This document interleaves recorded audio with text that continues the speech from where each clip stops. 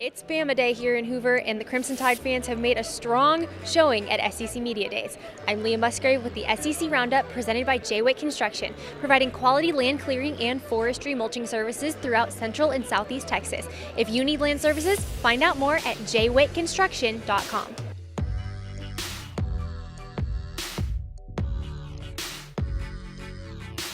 Day 3 kicked off with the powerhouse of the SEC. The reigning conference champs stand firm in the belief that they'll pull out another national championship caliber season. But following a 44-16 loss to Clemson in the national championship game, Nick Saban knows that the key to bouncing back in 2019 is to reload, refuel, and refire. We're looking forward and trying to take the lessons that we learned from that game, implement those as lessons for our players in the future so that they have a better chance to be successful, and that's always the challenge. Jalen Hurts, who started for the Tide in 2017, recently transferred to Oklahoma, leaving no doubt that Tua Tagovailoa is the guy for the Crimson Tide. With Tua and all of his receivers returning and a new offensive coordinator, the unit that finished 6th in total offense has potential to be even more explosive than they were in 2018. We knew that a lot of the teams that were successful in the past had guys that took on leadership roles and had teams that have took ownership, of the team. Had guys that took ownership of the team, and those were the successful years that, Alabama football had, under Coach Nick Saban. But still, questions remain in the trenches for Alabama. The loss of several big-time players between the interior offensive line and the front seven leaves only one starter left on the roster, though Nick Saban is confident that his program is taking the proper steps to keep moving forward. And I think sometimes players get complacent, take for granted that just because we played well in the past, we're going to continue to play well in the future, and then you create bad habits and the way you prepare, and then you get exposed by somebody that you play that is really, really good. The Crimson Tide crew preceded a team that hopes to make a complete 180 in 2019 after a disastrous 2-10 season that included losses to Colorado State and North Texas. Second-year head coach Chad Morris is looking for renewed hope despite arguably the worst football season in the program's history. Anything you do the second time around, you're going to be better at it.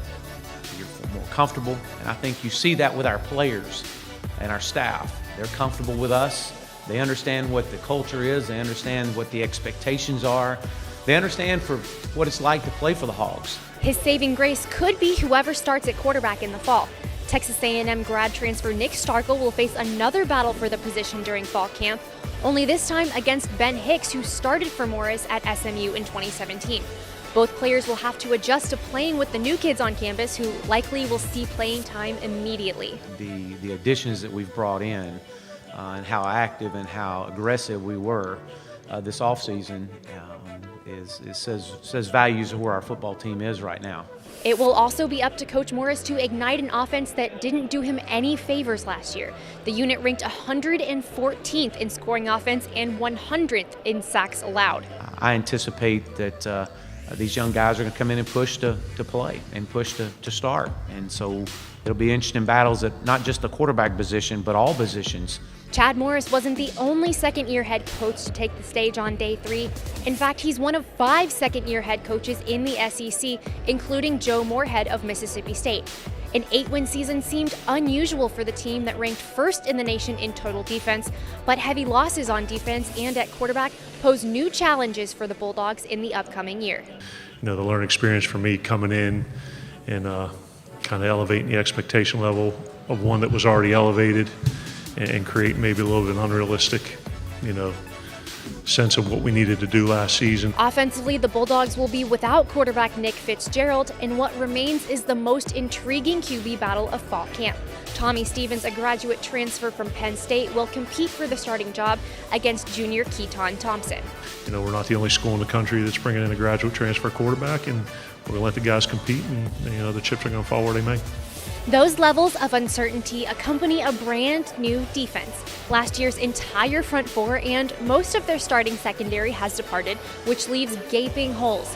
Defensive ends Montez Sweat and Jeffrey Simmons and safety Jonathan Abram were all first-round NFL draft choices that will be difficult to replace. It's the toughest conference in the country, and that every single week in practice, in games and recruiting that you got to be on your A game, or you're going to have a chance not just to get beat, but to get beat bad. Will Muschamp and South Carolina took to the podium to wrap up day 3.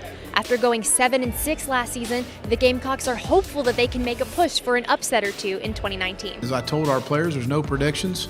It's not about talking about it, it's about being about it, and that's our mentality headed in. South Carolina has one of the most difficult schedules in college football this year, facing Florida, Clemson, Georgia, and Alabama. Senior quarterback Jake Bentley returns to lead the offense, and his experience and potential as a pocket passer could take the Gamecocks to new heights. Jake's work ethic and cleaning up some things fundamentally and footwork and those things have certainly helped him this past spring and this summer and heading into fall camp. Well, I mean, I think it's the first class where it's all Coach Muschamp and our coaching staff recruited guys. And it's guys that are bought in fully to what we want to do as a team. And just a lot of guys that are just extremely confident. But Muschamp is a defensive-minded coach, which makes it surprising that even more improvement will be necessary on D. In 2018, the Gamecocks finished 84th in total defense and 95th against the run. So improvements will still have to be made for South Carolina to be a legitimate contender in the East. We got to be more consistent stopping the run, and we've got to do a much better job on the perimeter in our secondary of playing the short screens. Texas A&M will square off against South Carolina November 16th at Kyle Field for their final home game of the season ahead of their 2-game road trip to Georgia and LSU. From Hoover, Alabama, I'm Leah Musgrave.